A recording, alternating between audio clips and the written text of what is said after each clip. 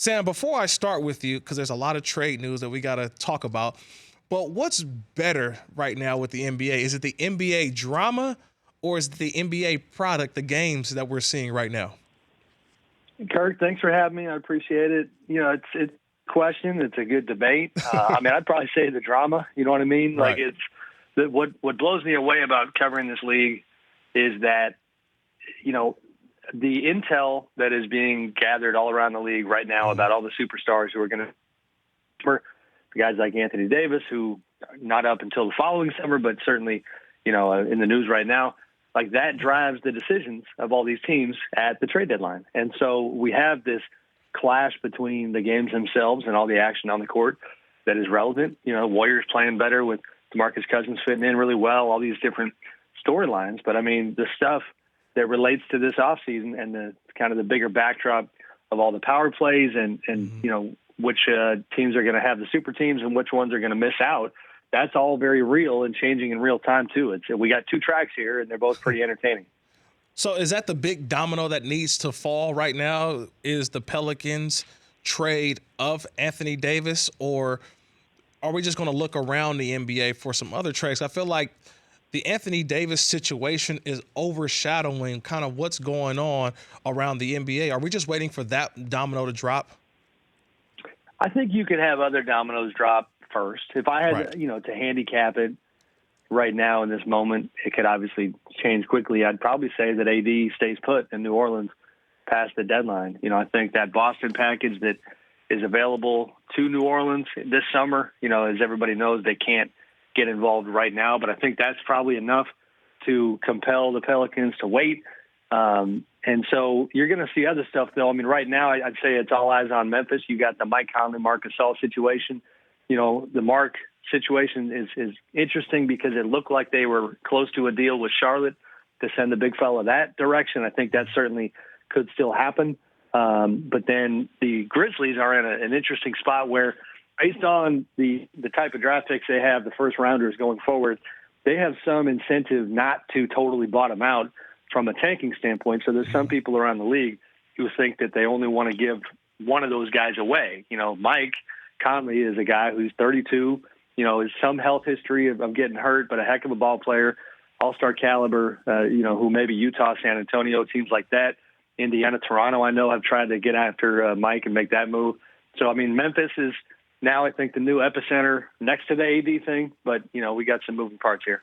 So, Sam, you spend a lot of time on the West Coast, and, for us West Coasters, that means that when you get late night news, it's like it kind of wakes you up, and now you can't go to bed because 2:30 a.m. Eastern time, about 11:30 before midnight here on the West Coast, there was a trade by an LA team, not the Lakers, but the Clippers with the 76ers for Tobias Harris. The Clippers acquire, obviously, draft picks. They'll get Wilson Chandler, a lot of expiring contracts. But what have the Clippers done in your eyes to kind of set themselves up, whether for the rest of this season, for next year, and this summer? They're in a great spot. It's funny, and apologies for being like a minute late on our spot here. I was on the phone getting some Clippers insight. There you go. And, there you go. Go ahead. Don't worry about it. I've got a good read on it. Listen, I joked with somebody that the headline on the Clippers story today should have been, Clippers one up the Knicks, which is to say that the other day the Knicks trade Porzingis. They set the stage for this summer with two max salary slots and basically all eyes on Kevin Durant and Kyrie Irving. And the idea that those two guys could go to New York, the Clippers, by making this move, have put themselves right in that game. They are definitely confident and highly optimistic that Kawhi Leonard would want to come their way this summer, leave Toronto, put that Clippers jersey on. And then from there, they would love to convince KD, all the intel right now is pointing towards Kevin going to New York, but we've got time and things do change when it comes to free agency. And so that is still their plan, is Kawhi and KD. From there, it gets a little murky. But bottom line, they have sent the message to, I think, all the star players in this league that they have an extremely competent front office, with Lawrence Frank and Michael Winger and those guys doing great work, and Jerry West as an advisor as well. Steve Ballmer cutting those checks. They're putting a really good package forward and, letting these players decide, do you want to come kind of run Clipperland and have an alternative to the Laker chaos that we're seeing unfold right now. Senior NBA writer for The Athletic, Sam Amick, joining the Rich Eisen Show. You can also follow him on Twitter at Sam_Amick, AMICK. Is there a sort of, I call it always a team that's lying in the weeds a little bit, Sam, that we're not talking about now, but could make maybe I would say a big splurge, but a trade that kind of changes how we look at them for the rest of this season? Is there kind of a dark horse team that we're not talking about that can make a trade in less than the next 26 hours? Yeah, I mean, I'm not hearing anything specific. The only other bigger name that I think is worth keeping an eye on is Nikola Vucevic, all-star, really good player, the kind of guy that he'd been tied to the Lakers at different points in terms of different possibilities. And Orlando has a tough decision to make this summer because he's going to be a free agent, and they love him to death. But it's just in the way today's economics break down, you just have tough choices to make because you can love a guy to death, but still just really not want to tie up $30 million in cap room to that player. It's just a lot of money, and the type of production he's been giving them gets him into that conversation about a max deal. So Vucevic, I don't know who is coming after him right now and calling that magic front office, but he comes to mind. And I think in terms of just aggressive front offices, Toronto is definitely an interesting situation because they've talked to Memphis about Mike Conley. We hit on that. And Masai Ujiri, who heads up their front office, is very aggressive, and he's already made the move with DeMar DeRozan going to San Antonio. And then you have the complicated dynamic with Kyle Lowry, who was so tight with DeMar. And, it seems like Masai is trying to, turn a new page and get a new core out in Toronto. We'll see if he can get something done. Sam, I'm glad you mentioned Toronto because that was our poll question, is that when you look at the deal that the 76ers made with the Clippers yesterday in acquiring Tobias Harris, you mentioned Toronto with Kawhi Leonard and what they can do up there. Obviously, Giannis Antetokounmpo in Milwaukee. When you look at the Eastern Conference right now, with the trades that have already taken place, who do you think is the favorite now in the Eastern Conference? It's hard to say. I've always had like a personal policy of not betting on the groups that I haven't been able to see. Right. So Philly, on paper, they got to be in that conversation. I mean, right. Just talent-wise, this idea of Ben Simmons, Joel Embiid, and Jimmy out there, and then Tobias, and then J.J. Redick, who's an all-star caliber wing. I mean, it's a heck of a lineup that you're rolling out. So Philly's in the conversation. I want to see how those pieces fit. I would still probably point to Boston. I feel like Kyrie, for all the headlines and all the recent kind of back and forth that comes with him and his future, they've been playing pretty well. And, in fact, we had a good piece on our site from my colleague Joe Varden about Kyrie and kind of his leadership style that's partly inspired by one of his favorite players of all time, the one and only Kobe Bryant. And that idea that conflict can breed, and even chaos can kind of take you to a new level as a team. And the Celtics, I think they could still find their way. I think they could still find kind of that special formula to be the team that is right there with the Warriors at the end of the season. Because, if you go back to October, November, before all these different twists and turns, I remember talking to a lot of the Warriors players and asking them to be really candid, like, who do you think, not who scares you the most, because they're not really afraid of anybody, but who matches up with you the toughest? And Boston was their pick then, and I think probably still would be now.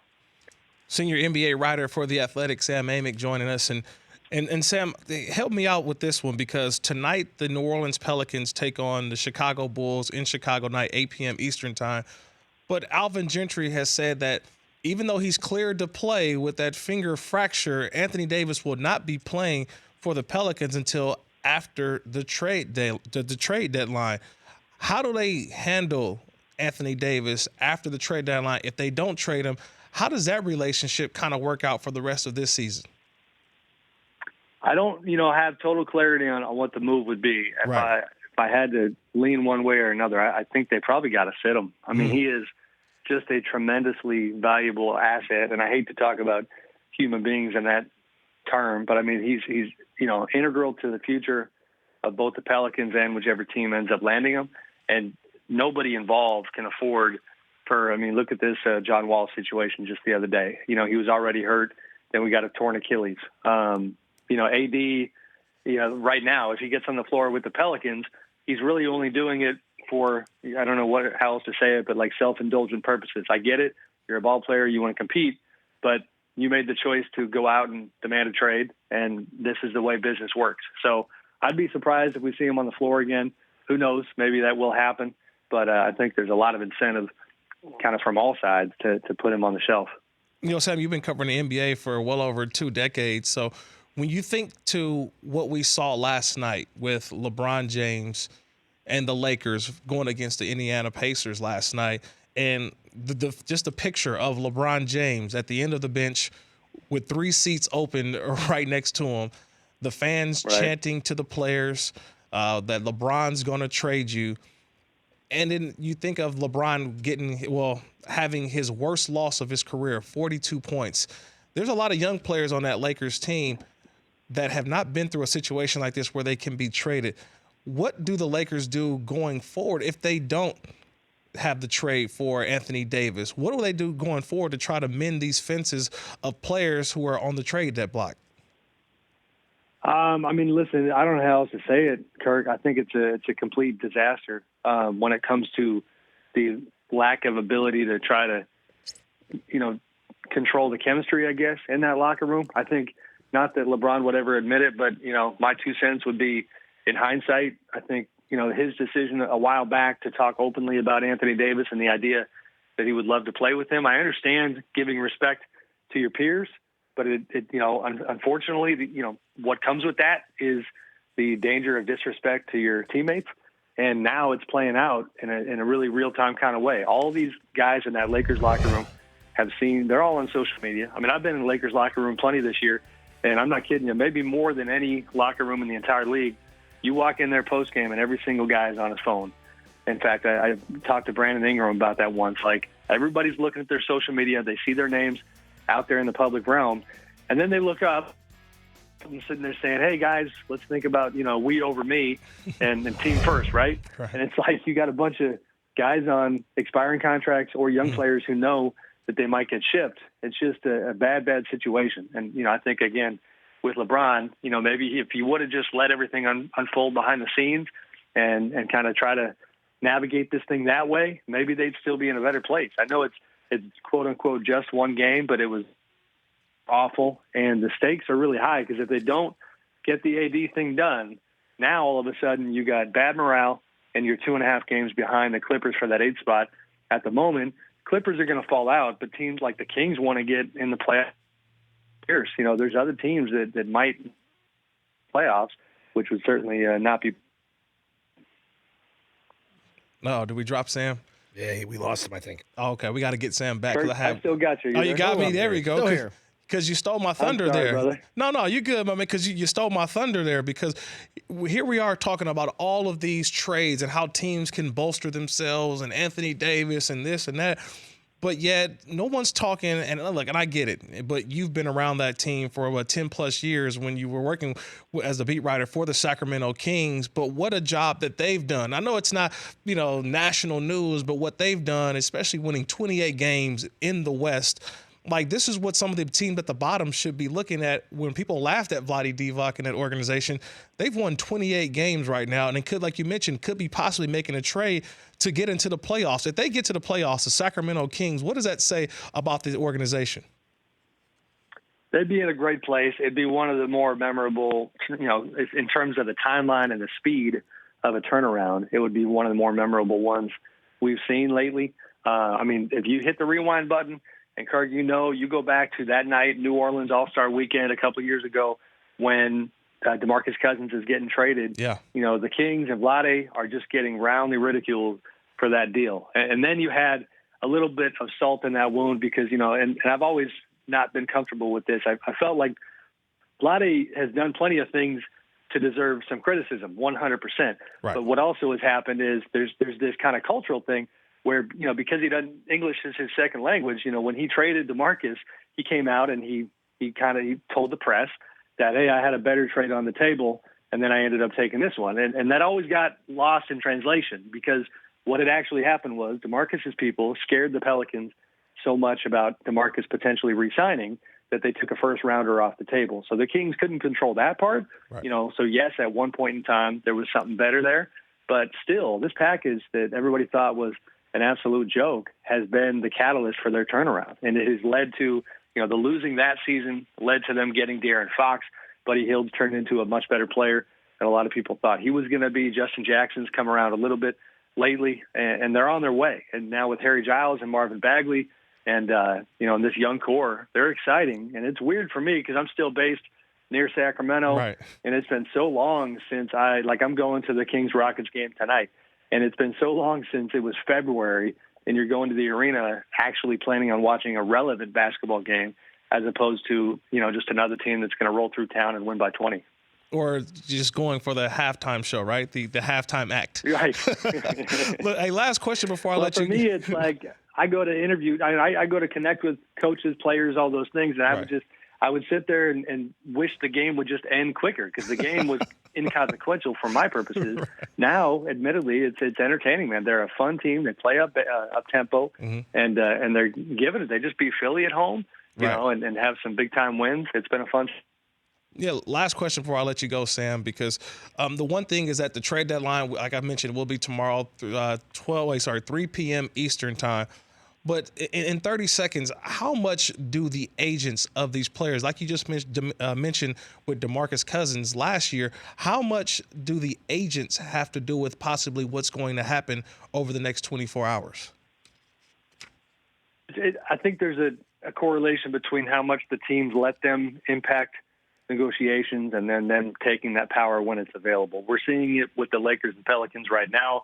It's sloppy. It's messy. Everybody's name is out there. Everybody's pulling power plays. So it does definitely happen. But then you see the opposite. When a team like the Clippers does this deal with Philly kind of in the dark at night, the Knicks did the same thing with Porzingis. That happened very quickly. So, as much as I love reporting on the drama and the names and the details, it's not good for business when it comes to the teams. Hey, Sam, I appreciate the time as always, man. And have fun tonight. See if James Harden can extend his streak tonight. Thank you, Kirk.